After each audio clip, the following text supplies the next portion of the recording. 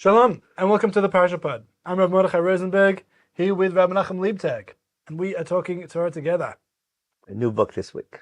New book, Parasha, Sefer Devarim, Parasha Devarim, and looking forward to getting stuck into it with you. And wherever you are, whatever you're doing, it's time to learn. So, Sefer Devarim, Parasha Devarim seems to start with, first of all, a statement about where they are, which is very difficult to understand because it includes a whole bunch of places that seem to either not be next to each other or we've never heard of them before. Like, they're Be'eva Yarden. That's where they are now. We know where that is. The Arava, Molsuf, Bein Paran, Bein Tofel, Lavan, which is a place I hadn't heard of. The whiteness, and Chatzerot, Dizahav. They're 11 days journey from Chorev, which they've taken 40 years to do. Yeah, it's really strange, right? Yeah. The first three lines, you simply can't understand them when you read them the first time. Yeah. So I'm going to throw a battery questions at you, okay? Okay, sure thing. What's the word Devarim mean? Words. What else can it mean? Achar Devarim Me'eleh. Things. Right? Okay. Chui Mechem Devarim, Events. Ukshu Hashem, Hosea, chapter 14. Chui Mechem Devarim, B'shuva Hashem. Take words. Of rebuke. Okay, words of rebuke. Aseret HaDevarim. The 10 utterances. Statements of the 10 Commandments, Yeah. right? Mm-hmm. Divrei Hashem. Yeah. Ela Dvarim Asher Taber at Har Sinai. Ela Dvarim Asher Taber. That's the proposition. Okay. Devarim can mean a lot of things, but in Devarim, it has a very specific meaning in the book of Devarim. Mm-hmm. Now, you talk about this every single morning and every single evening when you say the Shema, which is from Sefer Devarim. All right. Right. What's it mean when you say Shema? Or you're so busy saying Shema, you don't pay attention to what you're saying? I try to pay attention.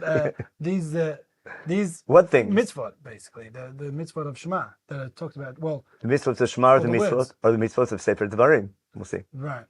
Okay. Well, I think of the words of the beginning part of Shema that you just said, which is, that Hashem Elokeinu Hashem Echad and V'ahavta Hashem Elokecha. So, as we'll see, you can't understand the Shema if you don't know the book. Devarim is a book. You can't understand the first chapter until you read the book. Right. Now, from what you remember, what is the topic of Sefer Devarim? What did they teach you? Well, getting ready to go into the land. Okay. But and Moshe's farewell speech. Yeah. And what's he talk about in his farewell speech? Well, he starts off with a review of the history. Okay, that's the first big mistake everybody makes. Okay. Moshe is not an historian. He's not giving an historical prologue, whatever it is. He's not reviewing Jewish history. That's not his first speech. He's giving a speech, and there's history in the speech, but he's not standing in front of the people and saying, "Oh, here's what happened for the last 40 years." He's not doing it. So the history speech is not history. Otherwise, he's doing a terrible job because he skips 90% of it, and the 10% he does review is totally different. Not totally different, but very different. He doesn't mention Yitro. He talks about what seems to be Yitro. Yeah. He says that it was the people's idea to send the spies. And Shach said, it was God's idea. Something's going on. Remember, the Bible critics pick up on all that. Right. Because when you assume that Moshe is reviewing history, I got tons of, and how come the detail of the wars is much more detailed here? It's like 5-6 lines in Parashat Chukat, the war against Aver and in Transjordan. And here there's like 2.5 chapters about those wars and the conquest. That was going to be one of my questions. Yeah. Okay. So I guess the word in French is déjà vu. What's déjà vu mean? Where you see it again? We've been here before, and here it's happening again. Yep. We're in a situation that we were 38 years ago, 39 years ago. We're about to leave Har Sinai and conquer the land of Israel and set up and fulfill the goal of Chumash. Remember, the goal of Chumash is to become a nation serving God in the land of Israel. That's not hard to prove. Now, in order to be that nation, we need a guidebook. We entered a covenant with God at Har Sinai. We got lots of laws in Har Sinai. The first generation didn't make it. There's a book about why we didn't make it. That was Sefer Bamidbar. Now 40 years have passed. It's time for the new generation to go in. Moshe, unfortunately, is not going to lead them in. But Moshe is giving his goodbye speech. But his goal is to make sure this time it's going to work. First and foremost, he needs to give them a pep talk. And the first thing he's going to tell them, listen, 40 years ago, we were in the exact same situation, and you guys messed up. Don't you guys dare mess up again. Now, there's lots of reasons, you can tell me them, why you might think that, why would Moshe be worried it's not going to work again? Well, the Jewish people have sinned also, again, even in this generation. Not to mention that Reuben and Gad also just asked to not go in. But what was the main reason the first generation didn't go in, from their point of view? Spies. No, that's God's point. But why did the spies decide we're not going in? Why did the people decide we're not going in? Because they didn't think they were able to. They chickened down. They were afraid of, remember? Yeah. We're all going to die. So is there any reason they wouldn't think the same thing? Now, have the Jewish people ever tried before to conquer Canaan? Well, they did, yeah. There was and they got wiped out, didn't they? Right. Why? After the sin of the spies, there was an attempt by some of the Jewish people to conquer Canaan, and who thought they could, and what happened? Moshe told them not to because he said God's not with you. And they tried anyway. No. And they someone might suggest another reason why we weren't able to conquer Canaan. Maybe just weren't strong enough. That's right. So what's Moshe need to explain? Why was it that we failed the first time we conquered? Right. That's the topic of the first speech. Why did we fail the first time? Yeah, we failed the first time, not because we weren't strong enough, or not because God couldn't help us, but because God wasn't with you. Now, hey, is God with us now? What's the biggest proof God's with us? What did we just do? We just wiped out Transjordan. We just wiped out Sichon and Og. Right. That's why that's why there's so much detail about look what we did to Sichon and Og. Who didn't we attack? We didn't attack Ammon and Moab and Edom because we're chicken. We took a bypass road. What? We have such a big army, and we're gonna. Why can't we had to take a bypass road and we didn't attack him? What's it look like? Looks like we're afraid. We can't attack him. So what's Moshe explain? Oh, we weren't allowed to. God said, don't take Moab, don't take Edom, because I promised them their Yerusha. But look what you did to Sichon and Og. Don't just end the first speech. It's a pep talk. Right. The first 3 chapters. It's a you can do it speech. You can do it speech. And the other thing to worry about, maybe the reason we took Og and Sichon was why? Because who was our leader? Moshe. And what's happening to Moshe now? He's going. Well, that's the Bet Hanan, isn't it? Don't worry, even though I'm dying, don't worry, Yeshua will take over. Moshe's giving him a pep talk. He's not a historian. He said, when I assume this is a history speech, you have 1,000 questions and no answer, almost no answer. You can fetch all you want. It's not going to work. Right. But forget the assumptions of history speech. It's not. It's a pep talk. And every topic he's talking about is exactly allaying their fears of don't chicken out again. And there's lots of reasons they can chicken out again. And he has to deal with all of them.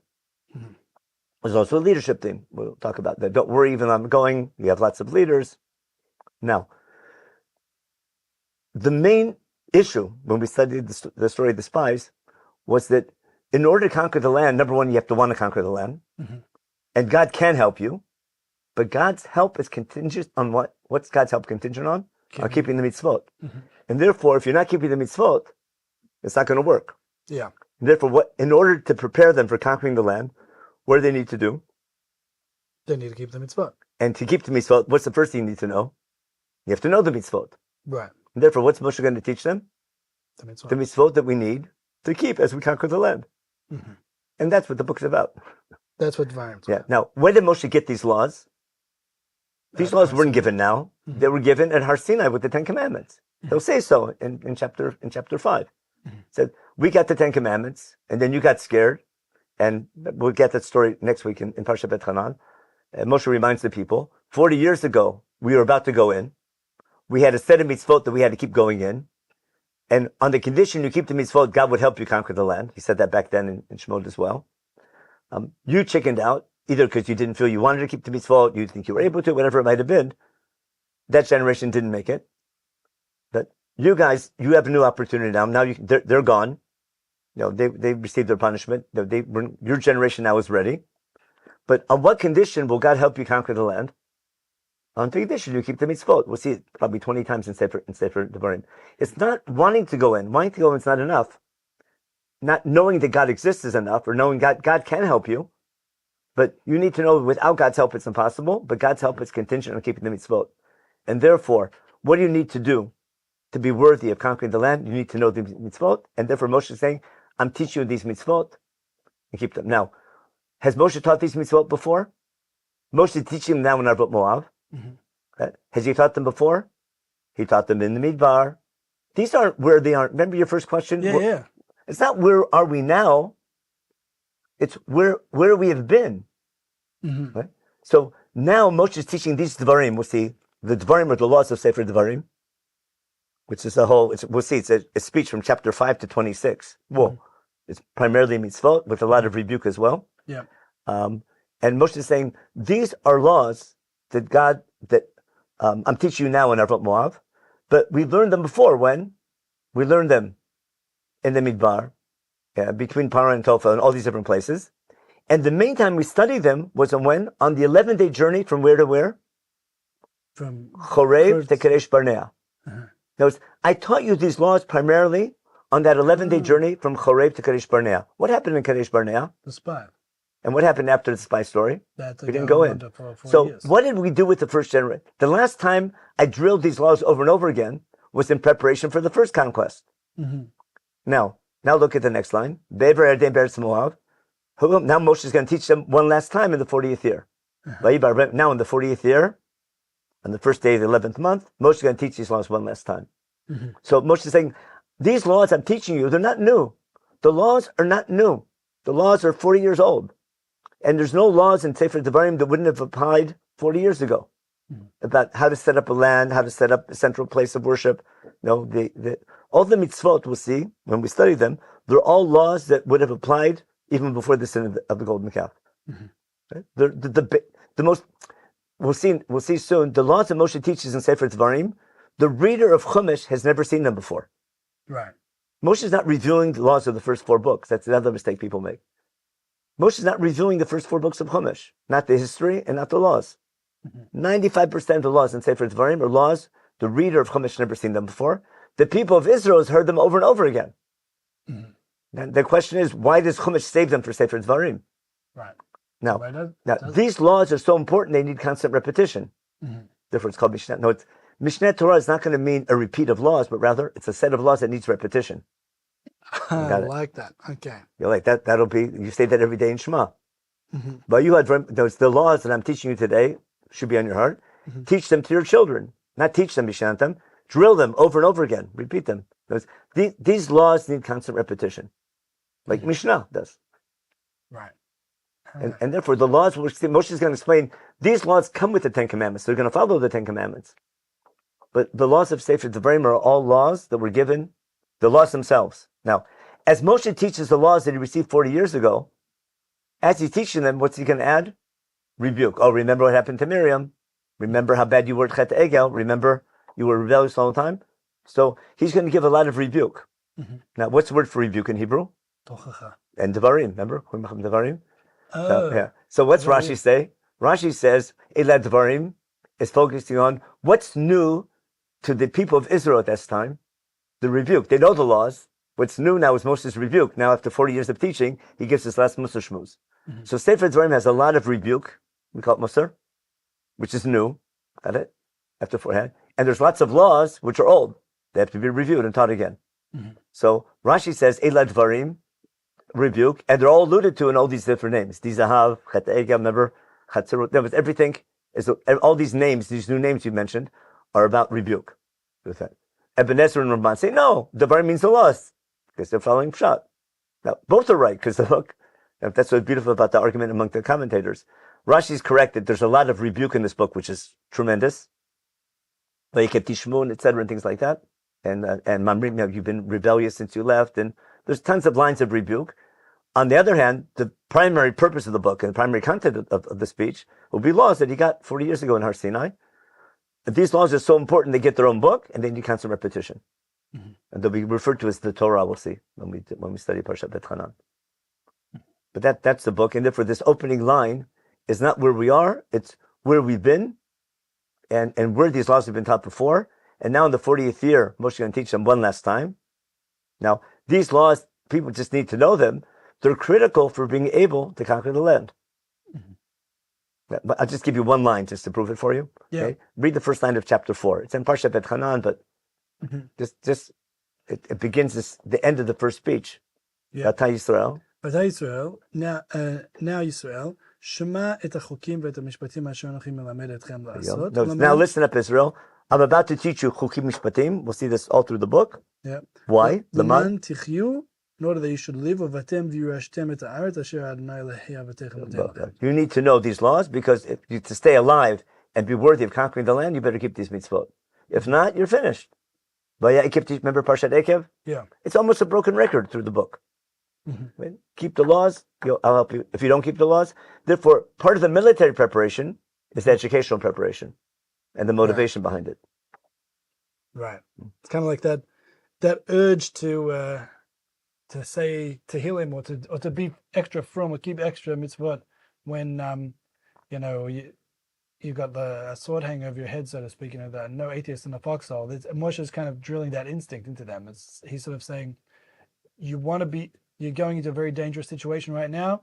No, the way to come out unscathed is by being extra careful with keeping the mitzvot. And in fact, Moshe is going to tell them, I think we talked about this with Chetam Raglim in chapter 9, you're about to conquer a land that's impossible without God's help. Right. And God can help you on the condition you keep his mitzvot. Now, if people really want the land, then you better be on your toes. But in order to be successful in conquering the land, they have to be dedicated to keeping the mitzvot. It's going to be opening lines of Sefer Yeshua as well. I'm not giving you a little drasha. I'm giving you black on white what the book is about. It's said over and over again. And it's also logical as well. It follows the whole theme of Chumash. So that's Sefer Devarim in a nutshell. That's Parasha Devarim. Parasha Devarim, Moshe's first speech goes from chapter 1. So he starts in verse 6 with maybe we'll read that opening line and goes to almost the end of chapter 4. Right. Chapter 5 will begin the main speech, and that will be a speech from chapters 5 to 26. But look at the first line of his speech. Look at the Jeshua idea. Hashem Elokeinu. More. What did God tell us back at Har Sinai? You've been here long enough. You've been there for a year. Yeah. Remember? And it's time to move on. Okay? Yeah. It's time to fulfill thing. Go conquer the land which God promised your forefathers, etc. Okay? And then I told you at that time, don't worry. I said, you're a lot of people. I can't do this myself, but don't worry. You have good leaders, etc.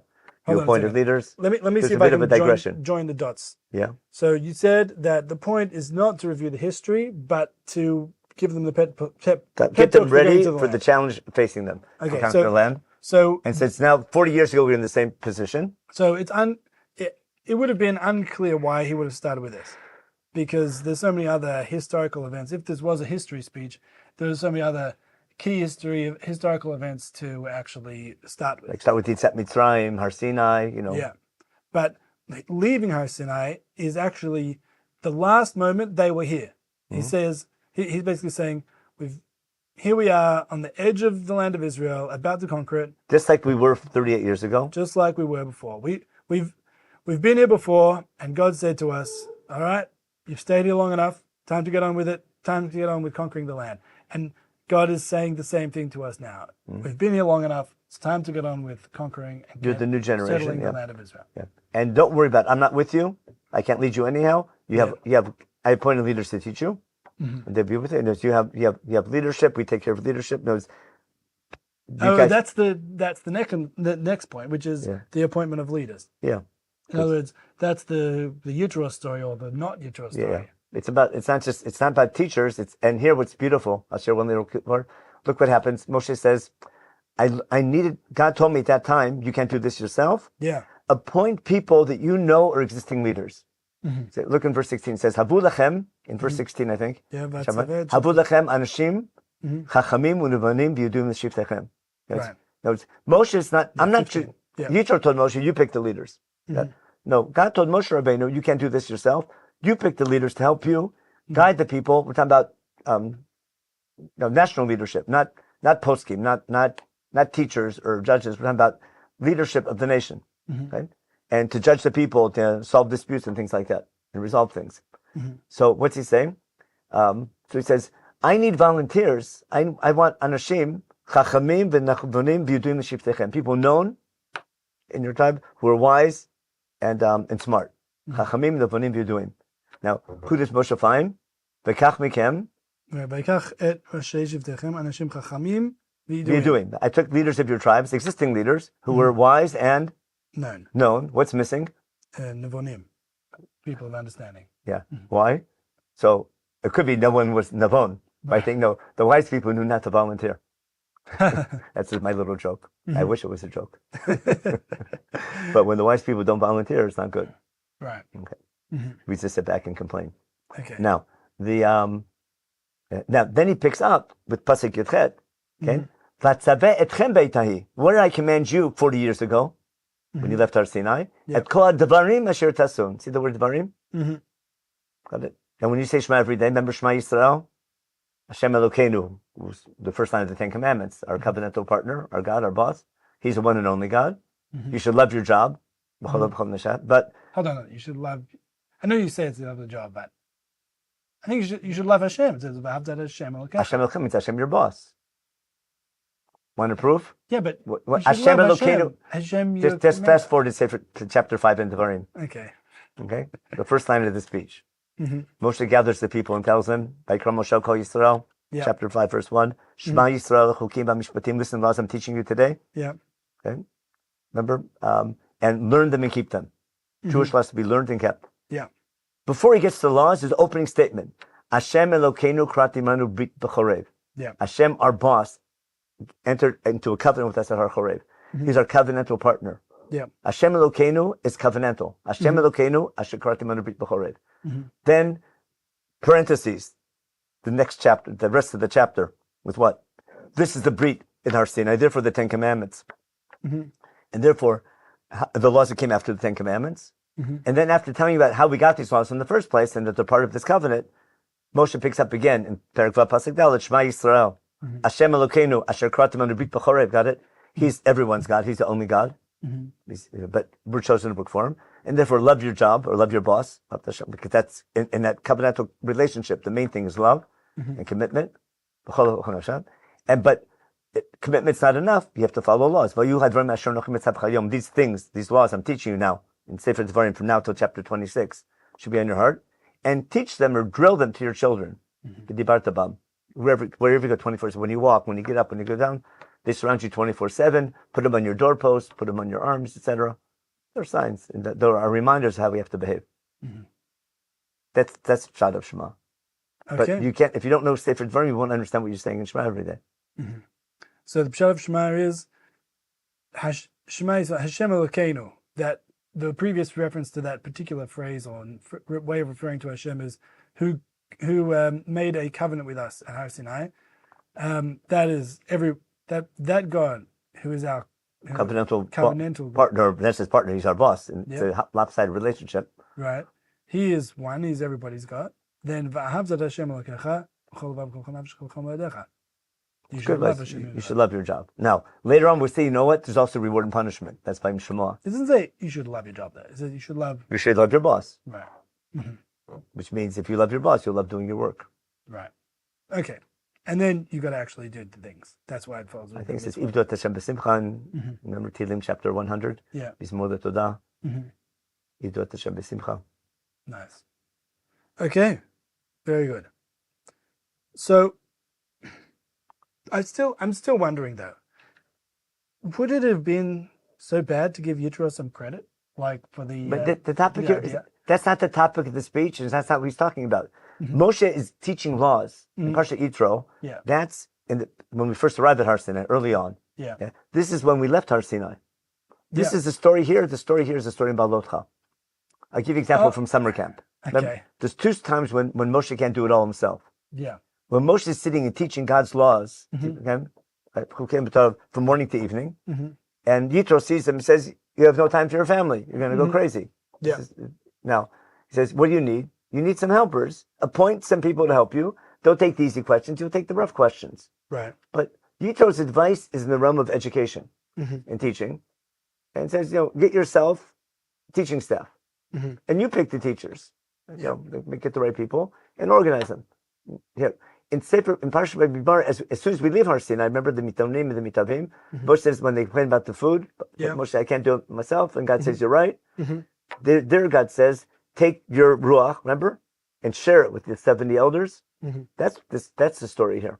Okay. It's way past Yitro's voice. Okay. You don't buy the idea that it's the same story? No, it's not. Just compare the stories, you'll see. Right. That's word for chapter 11 in Bamidbar. Okay. And here, and remember in Bamidbar, and here God says, take existing leaders and share your leadership with them. Remember, Havu lechem anashim chachamim, and v'kach we can anashim yiduim. Yitro doesn't tell that to Moshe Rabbeinu. The only thing that's similar is the structure of every 10, every 100, every. Right. But that's not that's every society has that, that hierarchy system. Interesting. And every army works that way. Every system works that way.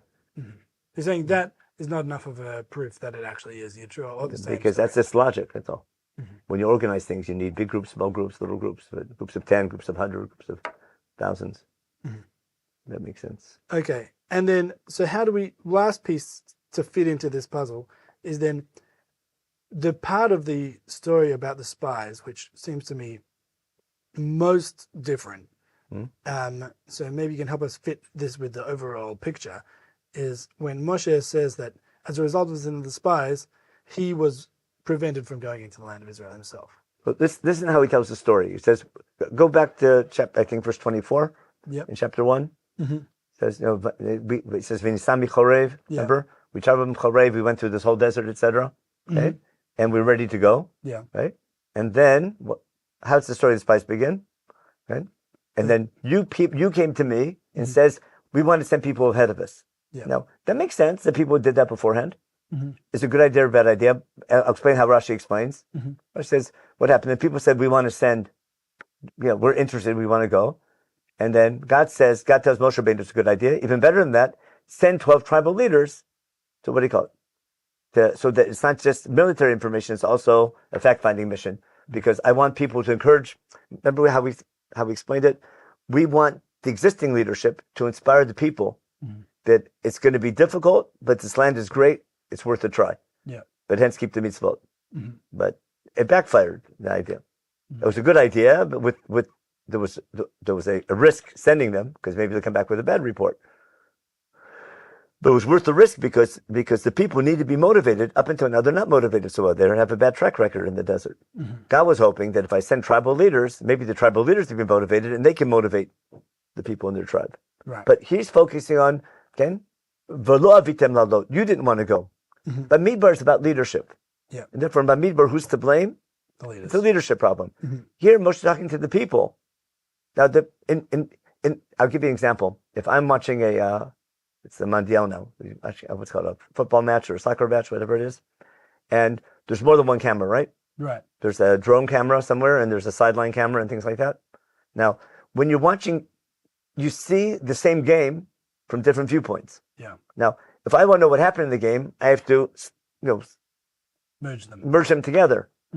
But the fact that each one is looking from a different angle doesn't mean it's a different game. It's the same game. Now, when I have the same story with appears to be conflicting thing, I have to splice them together and match them. That's what Rashi does. Right. Now, if both stories are being presented as this is the story, right, then I have a problem.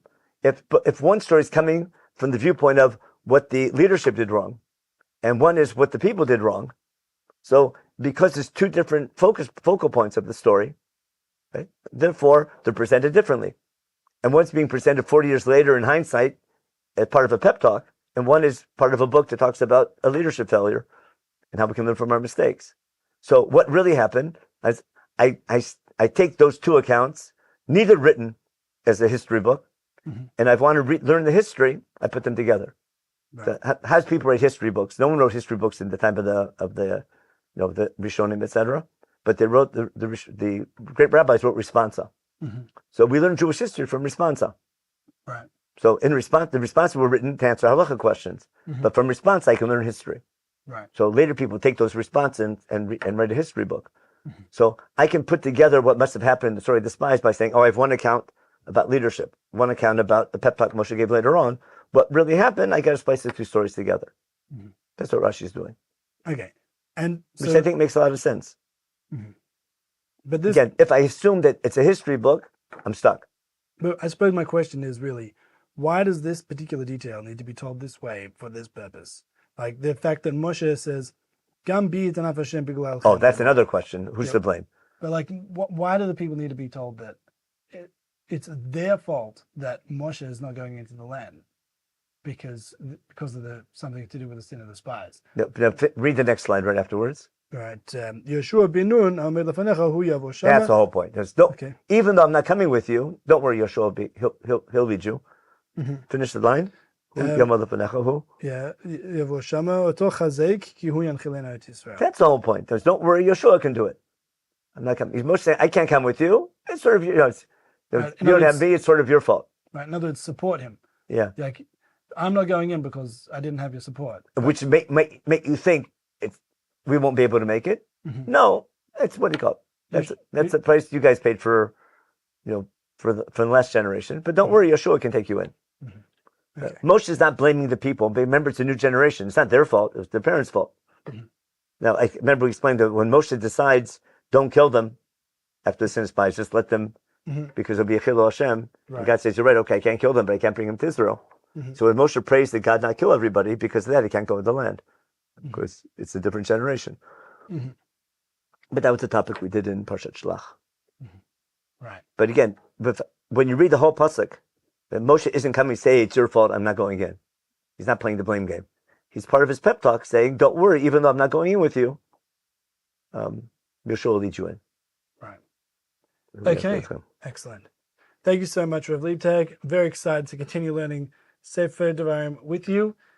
Thank you. Yeah, it's one of my favorite books because it gets a lot of, it's often misunderstood, I think. Right. And so important. Thank you, everyone, for joining us. Wishing everybody a Shabbat Shalom. Please like, subscribe, and share with your friends. Thank you very much.